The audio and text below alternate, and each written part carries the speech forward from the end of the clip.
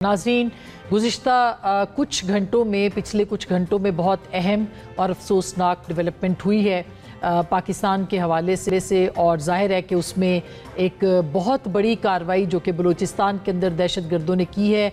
42 के करीब उसमें हमारे अहलकार शहीद हुए हैं, जिस पे आपने DGI-SPR की आज प्रेस ब्रीफिंग भी देखी, जिसमें कि उन्होंने साफ और वाज़े लफ्ज़ों में कहा कि बलूचिस्तान की दहशतगर्दी में भारत मुलव्वस है और अफ़गान रिजीम सहूलतकार है। और इस पर यह भी उन्होंने कहा कि इन दहशतगर्दों का पीछा किया जाएगा, हर सूरत इनको किसी सूरत भी छोड़ा नहीं जाएगा। ये जो डेवलपमेंट है ये ज़ाहिर है कि इसको अगर रीजनल कॉन्टेक्स्ट में भी देखा जाए और बलूचिस्तान के अंदर जो ग्रेट गेम है उसके हवाले से भी देखा जाए तो बहुत अहम है।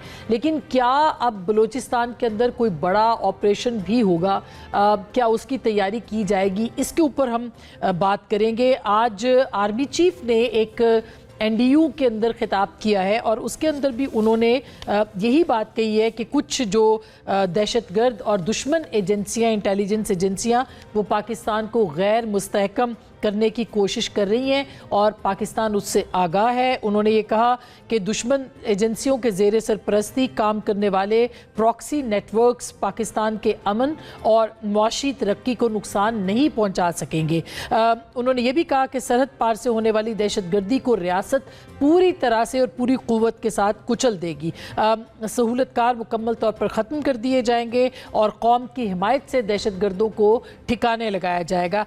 ये भी उन्होंने कहा कि जंगे मीडिया के शोर या सियासी नारों से नहीं लड़ी जाती, बल्कि ईमान, इत्तेहाद और तंजीम से जंगें जो है वो लड़ी जाती हैं, जीती जाती हैं। और पाकिस्तान की जो फ़ौज है वो पेशा वराना सलाहियतें रखती है और दहशतगर्दों का खात्मा करेगी। बुलंद हौसले और ऑपरेशनल तैयारी पर भी पूरी तरह से मुकम्मल एतमाद है।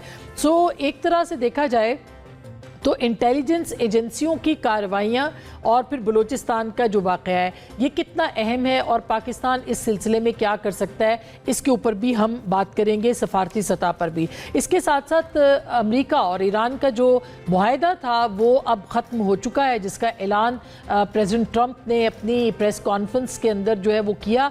और साथ ही साथ उन्होंने ये भी ख़बरदार किया है कि आज रात ईरान पर दूसरा बड़ा हमला किया जाएगा। कल रात को ईरान के ऊपर मुख्तलिफ जो उसके जजीरे हैं वहाँ पर हमले किए गए बड़ी तादाद में, और ये कहा गया है सेंटकॉम की जानिब से कि अमेरिका ने अपने जो तयशुदा अहदाफ थे वो हासिल किए हैं। वो तयशुदा अहदाफ क्या थे, कितने हमले हो सकते हैं, इसके ऊपर भी हम आज के इस प्रोग्राम में बात करेंगे। और क्या वाकई ये MOU ख़त्म हो चुका है, ये इस्लामाबाद जो यादाश्त है ये इसका कोई मुस्तकबिल नहीं है, क्या सफारती ताल्लुकात ख़त्म हो जाएंगे, इसके ऊपर भी आज के इस प्रोग्राम में हम बात करेंगे। साथ ही साथ कश्मीर की, आज़ाद कश्मीर में इंतखाबात और जो सियासी सूरत हाल है उसके ऊपर भी राना सनाउल्लाह खान साहब हमारे साथ मौजूद होंगे, उनसे बात करेंगे। इस वक्त के साथ मौजूद हैं एजाज चौधरी साहब, मेरे साथ मौजूद हैं जनाब खालिद चिश्ती साहब और मेरे साथ अनस मलिक भी तेहरान से होंगे। लेकिन पहले खालिद चिश्ती साहब आपके पास आना चाहती हूँ। एजाज चौधरी साहब आपको भी खुश आमदीद। मैं आपके पास इसलिए सबसे पहले आ रही हूँ कि अब से थोड़ी देर पहले जो अफसोसनाक इत्तला मिली है कि जहाज़ का जो मलबा जो कि कल रात को गिरा था और ये बोइंग 737 था, बहरे अरब में ये गिरा था, पाकिस्तान का ये कार्गो तैयारा था, इसके ऊपर कुछ बहुत ही अफसोसनाक इत्तलात सामने आई हैं। इस तैयारे के गिरने की क्या वजूहात थी, ये जो क्या ये किसी हादसे का शिकार हुआ है, ये कोई टेक्निकल फॉल्ट था या कुछ और हुआ है? बहुत सारी र्यूमर्स भी इससे मुतालिक जो है वो फैली हुई हैं सोशल मीडिया के ऊपर, तो क्या आप कहेंगे? जी बहुत शुक्रिया आसमा शाजी साहब, आपने इनवाइट किया है और वाकई हमारी भी कॉन्डोलेंस भी, और ख़ास तौर पर ये जो कैप्टन थे रिजवान इदरीस, वो मेरे दोस्त भी थे, पाक फ़िज़ाइया में थे पहले, हमने इकट्ठे सर्व भी किया है। बड़ा खतरनाक हादसा है। लेकिन जो आप बात कर रही हैं, ये जो कार्गो जहाज था ये बुनियादी तौर पर मैन्युफैक्चर्ड था 1999 का, तकरीबन 26-27 साल इसकी एज समझ लें। 737-400 ये मल्टीपर्पज बोइंग जहाज इस्तेमाल होता है, सवारियों के लिए भी इस्तेमाल होता है, कार्गो के लिए भी इस्तेमाल। एवरेज अगर ये इसमें पैसेंजर्स हो तो तकरीबन 150 और 60 के करीब कैरी कर सकता है।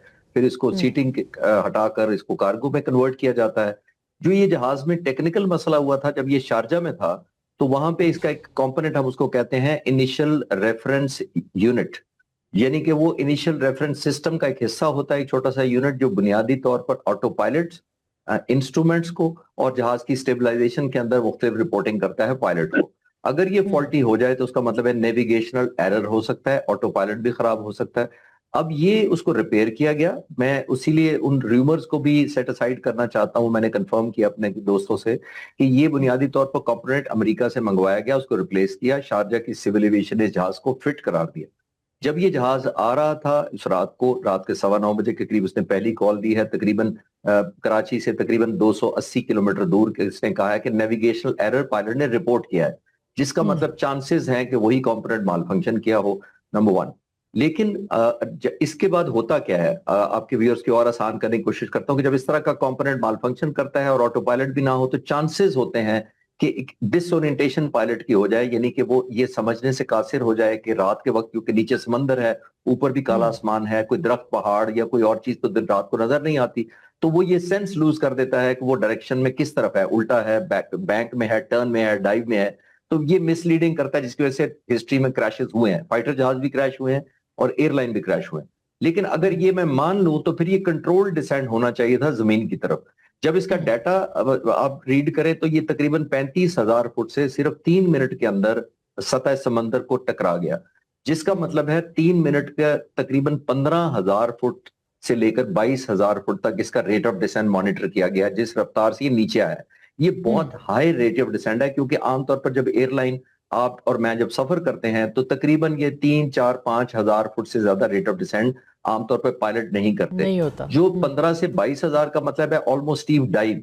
ये डिसोरिएंटेशन से आगे की बात लगती है। पॉसिबल एक और भी निकलती है कि स्ट्रक्चरल डैमेज कोई ऐसा ना हो गया, कोई पैनल ऐसा फ्लाई आउट कर गया हो, ब्रेक थ्रू कर गया हो, जिसकी वजह से शायद कंट्रोल में रहा हो। तो तमाम पॉसिबिलिटीज हैं, अभी किसी एक को नहीं कहा जा सकता, लेकिन फिर भी मैं ज्यादा वजन उसलिए दूंगा कि एक तो कंफर्म पायलट ने रिपोर्ट किया नेविगेशनल एरर का, लेकिन फिर कंपाउंड क्या चीज हुई है वो आने वाली इन्वेस्टिगेशन शायद बेहतर बता सकती है।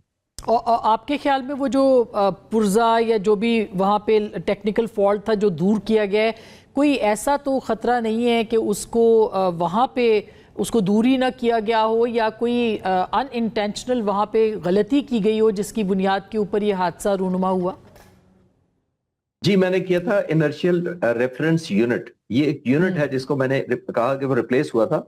आपकी बात ठीक है, दो तरह होता है। एक डेफिनेटली जमीन पर उसके टेस्ट होते हैं, उसके इंजीनियर्स होते हैं जो सर्टिफाई करते हैं। सिविल एविएशन शारजा ने भी ऐसा ही किया।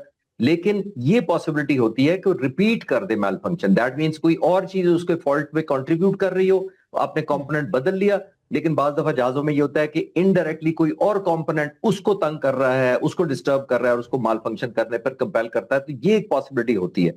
बाज दफा शॉर्ट टर्म टेस्ट के अंदर वो सामने बात नहीं आती, लेकिन ये कंफर्म है वो कंपोनेंट लगा भी, टेस्ट भी हुआ, पास भी हुआ, जहाज फिट डिक्लेयर किया गया, तब लाया गया।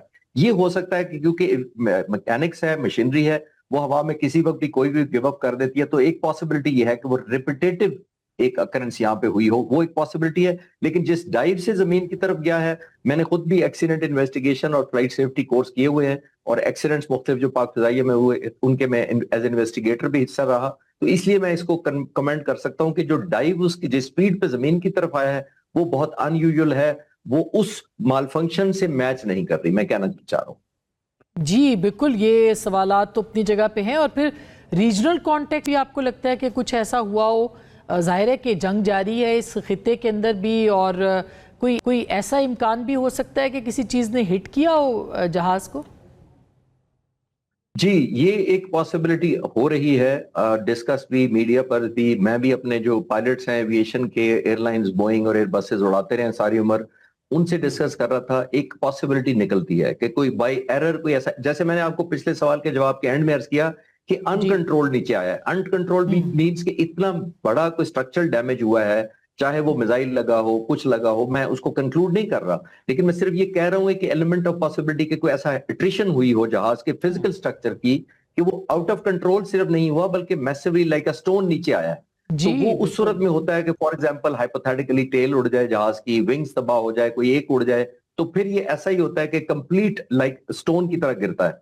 तो आपकी बात ठीक है, एक रेयर पॉसिबिलिटी हो भी सकती है कि इसको कोई ऐसा वेपन्स लगा हो, लेकिन जो थोड़ी सी हमें दोबारा काउंटर करने पर या दोबारा सोचने पर मजबूर करती है वो पायलट की रेडियो कॉल है जो उसने कहा है कि मेरे जहाज में मसला है।